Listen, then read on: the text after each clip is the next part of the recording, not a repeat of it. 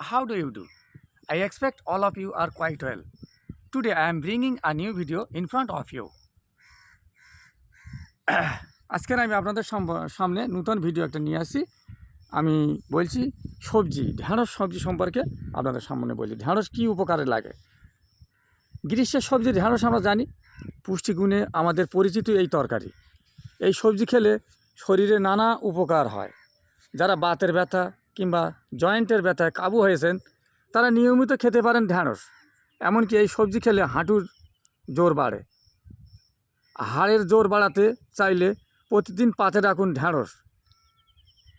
Vitamin ও খনিজের ভাণ্ডার এই সবজিতে রয়েছে।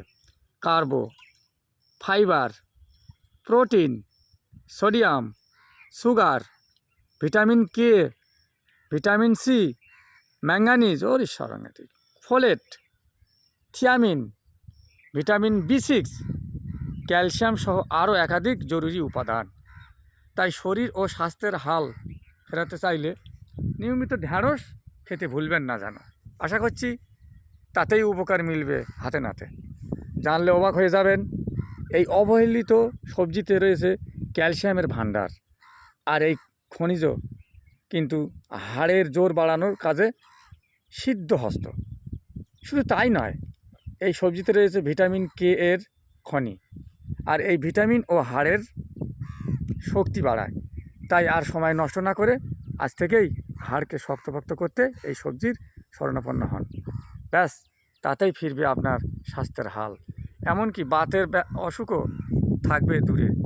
তবে শুধু হাড়ের জোর বাড়ানোই নয়, এছাড়া আরও একাধিক উপকার করে ঢেঁড়স। যেমন ধরুন, পালাবে ব্লাড সুগার, ডায়াবেটিস, একটি জটিল অসুখ। এই রোগকে বশে না রাখলে কিন্তু বড়সড় জটিলতা তৈরি হতে পারে। তাই যেন তেন প্রকারণে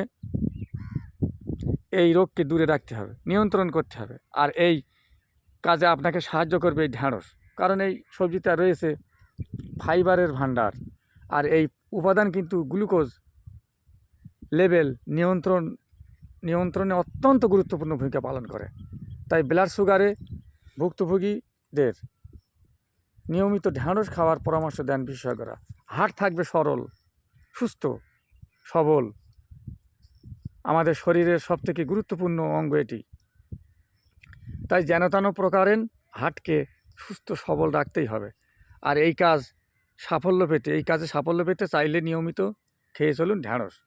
কারণ এতে রয়েছে এমন কিছু উপাদান যা কোলেস্টেরলকে বশে রাখতে সাহায্য করে। আর এই কোলেস্টেরল নিয়ন্ত্রণে থাকলে যে অনায়াসে হার্টের হাল ফিরবে তা তো বলাই বাহুল্য। তাই ঝটপট এই খাবারকে ডায়েটে করে দিন জায়গা। আপনার ভাজা করে ভাজা করে খেলে ওটা উপকার হবে না, আরও অপকারী হবে।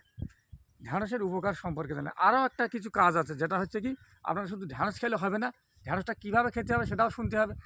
ঢেঁড়সটা হয় আপনারা সিদ্ধ করে খাবেন, কিংবা ভাতে দিয়ে খাবেন, কিংবা তরকারি রান্না করে খাবেন। খবরদার ভাজাভুজি করে খাবেন না। কিংবা তাও যদি না হয়, আপনারা রাতের বেলা কেটে ঢেঁড়স 2 মাথা কেটে একটু ছোটো করে জলে ভিজিয়ে দেবেন একটা ঢেঁড়স, নিয়ে সেই জলটা সকালে উঠে খাবেন। যারা সুগার রোগী তাদের প্রচণ্ড উপকার হবে এতে, ডাক্তাররাও বলছে। এবং 100% এটা একদম সাফল্য লাভ করবে।